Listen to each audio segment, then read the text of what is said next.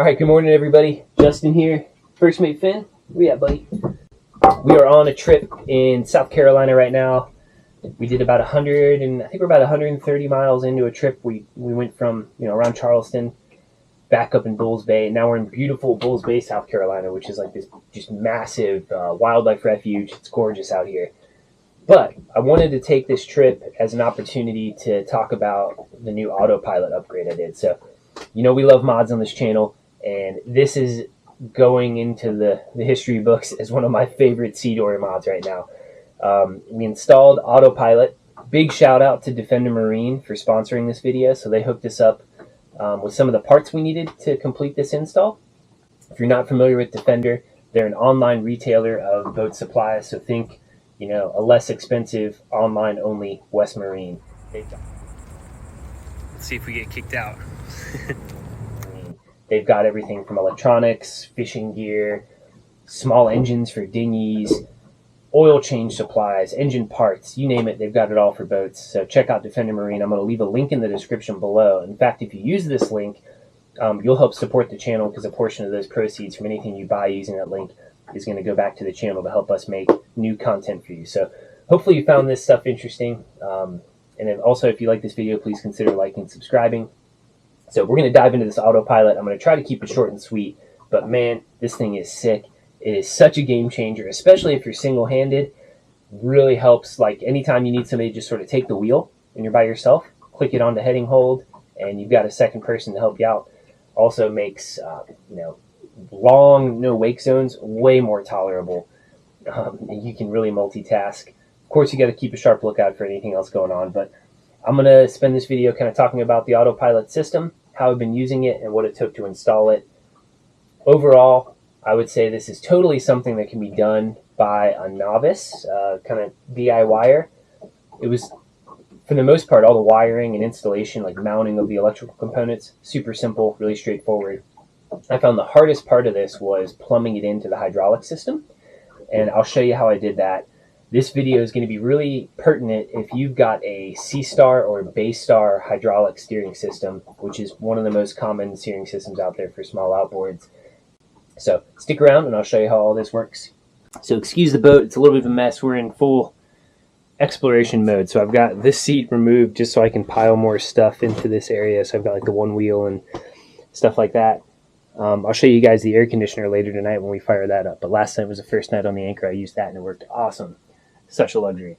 But Autopilot stuff. So the Autopilot installation was pretty straightforward. I think the hardest part about it was definitely plumbing in the steering lines. So I'll show you how I did that.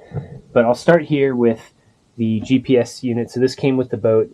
I used the Garmin the Garmin Compact Reactor 40 Autopilot kit, which is compatible with most of their Garmin chart plotters. So check that out before you buy it. If you don't have a Garmin compatible chart plotter that can run all the Autopilot functions for you, you can buy like a standalone dash mounted, box that mounts on the dash. But I decided just to run it off of the kind of the standard Garmin chart plotter. And then the only thing I had to do on the dash was add this switch here. So if I pull this out, that kind of arms the Autopilot system. And then if I push it in, that kills it. So it's kind of like the emergency stop for the Autopilot. So if I'm running along and the Autopilot's driving the boat and I see a crab pod or a person, I can smack that in, disables the Autopilot, and take over control again. If I were to try to turn the wheel while the Autopilot was running, you can still turn the wheel, but it doesn't really do anything. Like, it doesn't really control the motor because the Autopilot will just keep kind of overriding your inputs. So that's all I had to do on the dash was add this switch. And then there are three main components to the Autopilot system. So the first one, I'll show you down here. So I decided to stash the course computer, this guy here. So this is kind of like the compass, the course calculation computer or something. There's like a compass and some accelerometers and stuff there that'll cancel out the roll and pitch of the boat.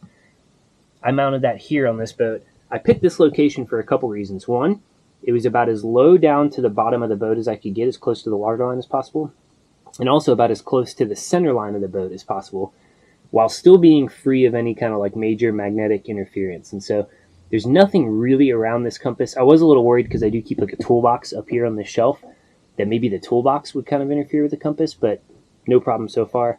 This seems to be a good spot for it, and it's nice and low, centered in the boat. The next unit I mounted down here below the sink was the ECU, or the, I guess, electronics control unit. This is kind of like the power pack of the whole thing, so this gets wired straight to the battery. And then you've got 2 wires that go to the Autopilot pump here, and then 1 wire that heads to up front to the course computer unit, and then that daisy chains in ultimately to the chart plotter. And so this, like I said, gets wired straight to the battery, so all the power for the system gets pulled through this system and then into the pump. And then the pump, I'll show you here. This was like the hardest part about the install. Trickiest part about that whole thing was finding the right fittings. And so a couple things I had to do. So first of all, you notice there's 3 ports on this pump. These 2, kind of the right and left ports, those tie into your port and starboard hydraulic steering lines. And so if you look closely, these are just teed right into my factory steering lines. And so what I did is I cut the original steering line, and then I spliced in these kind of like field connectorable hydraulic fittings here. I'm going to throw a part number down in the description for that, because these were really hard for me to find. In fact, I ordered the wrong ones from Defender. Had to return those because I got the sizes screwed up, and then had to buy all new ones. So this is like, I think it took me 3 tries to get this fitting right. It's important that you get the right size for both the 5/16 hose, but also for the correct like thread on the swivel side here that ties into the Baystar or C-Star hydraulic system. So I'm going to leave a link in the description for that particular fitting. Then what I did is I ran some MPT fittings, and I bent up some stainless steel tubing here to kind of swing these back up and tightly tuck them up under the rail of the boat. That way it just kind of made it like a nice tidy package, and then minimized the amount of like extra run I had to install. So that's it for those 2 port and starboard lines. Some of the installation that happened on the, or I guess specific to the helm. So this is a Baystar 1.4 cubic inch helm. The helm is obviously the part the steering wheel connects to, but it serves a couple purposes. It is a hydraulic pump, so when you turn the wheel, it's what's moving that hydraulic fluid around to turn the motor. It's also the reservoir for the hydraulic fluid, and so if you take this cap off right here, that's where all the hydraulic fluid is stored. But you got to tie into this helm. You have to add a 3rd port when you install the Autopilot system. So I'm going to take you back behind the console here. This is the back side of the helm. I hope you can see this. And these 2 fittings are my port and starboard lines. Those are sort of, from the factory there. So that's if you don't have Autopilot, you just have these 2 lines here, 1 to each end of your hydraulic cylinder that's on the motor. When you add Autopilot, you're going to add a return fitting here at the very bottom port. So this will be plugged. There's 4 ports on these Baystar helms. The 2 kind of like, let's call it 9 o'clock and 3 o'clock ports are used for your port and starboard lines. 12 o'clock port, I'm not really sure what you'd use that for. Maybe if you have a dual helm system. Say you've got like a tuna tower or something, you've got another steering wheel up top. And then this bottom 6 o'clock port, let's call it, is what normally is capped off. But when you install Autopilot, you're going to remove that cap, and you're going to plumb in the return line to this lower port here. And what that does is that's going to provide sort of the supply of hydraulic oil to the hydraulic pump. So if you have, all the oil starts in this reservoir. Now, whenever we run the pump, it's going to draw oil from this lower port of this reservoir through a new line. So that's a new line I had to make and install. And then that's going to run all the way under the sink here to where I've got the hydraulic pump installed. And so the pump gets its supply oil from this line here, the center port, and then depending on the direction that you need to turn, that'll determine which direction this pump turns. It's going to either send oil out of this line or out of this line to turn the boat to port or starboard. So just sending oil to one side of that hydraulic cylinder out the back. And so these port and starboard lines simply tee into the existing hydraulic lines that we have already. Some people will run kind of additional lines from where their pump is mounted all the way to the helm. And I think that's probably could be a simpler way to do it, because you can buy kind of ready-made kits that allow you to do that. I've kind of, in my particular case, wanted to have I had to kind of mount the pump further back.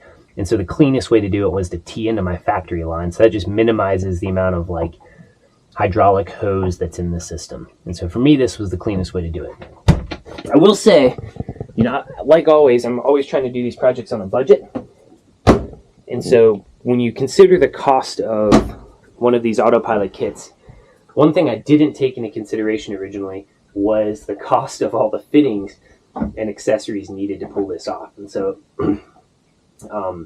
this whole Garmin Reactor setup is a little over $1,000. I got it without the shadow drive system.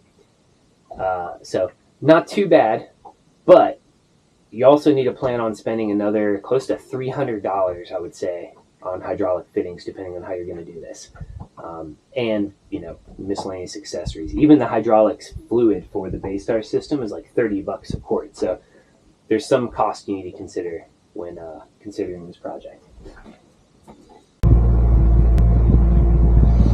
All right, really quick clip. I just wanted to cover sort of another great use case for this Autopilot. We're in heading hold mode right now, and we're in this super long wake zone. It's like several miles long behind Isle of Palms on our way back north from Charleston, South Carolina. And normally I'd be pulling my teeth out right now, you know, having to steer at 6 miles an hour for several miles. But this Autopilot's on heading hold mode. I could put it on route course mode as well, but heading hold is just fine since we're in this basically perfectly straight stretch of the Intercoastal Waterway. And I just did some dishes, I cleaned up behind the back of the boat here, and, you know, all the while keeping a lookout for other boats, people, crab pots. But this thing is just a no wake zone weapon. I love this Autopilot, and it really, you know, I think shines in this kind of scenario in like no wake zones. Of course, you know, using the right discipline, you got to make sure that you're keeping a sharp lookout on what's ahead. But love this thing. This is sick. All right, the second way you can use this is use it to follow a pre-programmed course. And so I've just gone into the chart and I've drag and dropped using the Route To feature on my Garmin. So not the Go To, I think that takes you straight to. You can route to, and then that'll let you kind of like add turns along the way. So you can go, you kind of start backwards from your destination location, and you can add turns to kind of drop waypoints and navigate your way. This is super useful. I used this a bunch today. I did this big loop around kind of like James Island all the way up to like Keola and Folly. And before I left, I programmed in a route that I then had this thing follow the whole way there. Here. So I think one of the biggest benefits of this Route To feature that might not be immediately obvious is if you want to cruise at, let's say you're stuck in a super long no wake zone, for instance, where you're stuck cruising at like 5 or 6 miles an hour, or you just want to conserve fuel and cruise at a slower speed. I just didn't have the patience for that before because it was just kind of harder. It's almost more work to steer the boat when you're going slowly. You have to obviously drive for longer because it's taking longer to get to your destination. It's just kind of a pain. But one thing I'm finding that with this Route To feature, I can set a route, set the speed to like a couple thousand RPMs like we're cruising here, and then I'll step aside and I'll like make lunch or do the dishes. And of course you only want to do that in open water, and you always want to take a glance up at the, you know, where you're heading every few seconds just to make sure there's not a crab pot or a person or another boat. But I found this extremely useful, and I know it sounds I don't know, almost first world problems or something, but once you go Autopilot, it's hard to go back. So I'm super happy with that feature. So we talked about heading hold, how to follow a pre-programmed course. The third feature I'm going to talk about is this pattern steering. So this is useful, say you're fishing over a wreck or something like that. There's a few different things you can do. So you can set a U-turn, you can drive circles, you can do a Williamson turn, which is gonna, I mean, it's kind of like a shepherd's crook sort of turn where it's gonna swing out and then basically a U-turn, or you can do the zigzag. Destination pin on the Autopilot page here. So now we're routing to or going to that destination, and if you go to menu, Autopilot menu, pattern steering, you get these other features. So you can do an orbit. So if we click orbit, we can engage the port orbit, and then now it's just going to draw a circle around that point, which is pretty cool. So once we get there, it's just going to circle around it. There are some other features you can use. So you can do a clover leaf, or you can do like a search pattern, which is cool. So this is like a spiral that gets ever bigger. So say you had like a man overboard, you could drop a pin where you think they went overboard and then hit that spiral search pattern, and it's just going to start doing this expanding circle out around that point, which is pretty sweet. All right, one more comment I wanted to make about the kind of route feature here. I've got a slightly older Garmin UHD Echo Map. I think it's the 74 SV, and it requires you to manually input your routes. However, if you get some of the newer Garmin stuff, it's actually going to auto kind of create a route for you. So all you have to do is put in your destination, and in the settings you'll set like what your minimum draft is, stuff like that. And then assuming the charts that you have are current, it's going to automatically plot a course, zigzagging or weaving its way through the Intercoastal Waterway or whatever it is, through the rivers, to get you to your destination. So that's pretty cool. I'm kind of stuck manually plotting the course, but not too bad, but auto routing would be a sweet feature. Alright, thanks for watching, everybody. Hope you found this video informative, and if so, I hope you consider subscribing to the channel. Like the video down below if you don't mind, and of course check out the links below for the needed parts for this project, and a link to Defender Marine where you can find all the parts you need for your various projects. So thanks for watching, and we'll see you on the next video.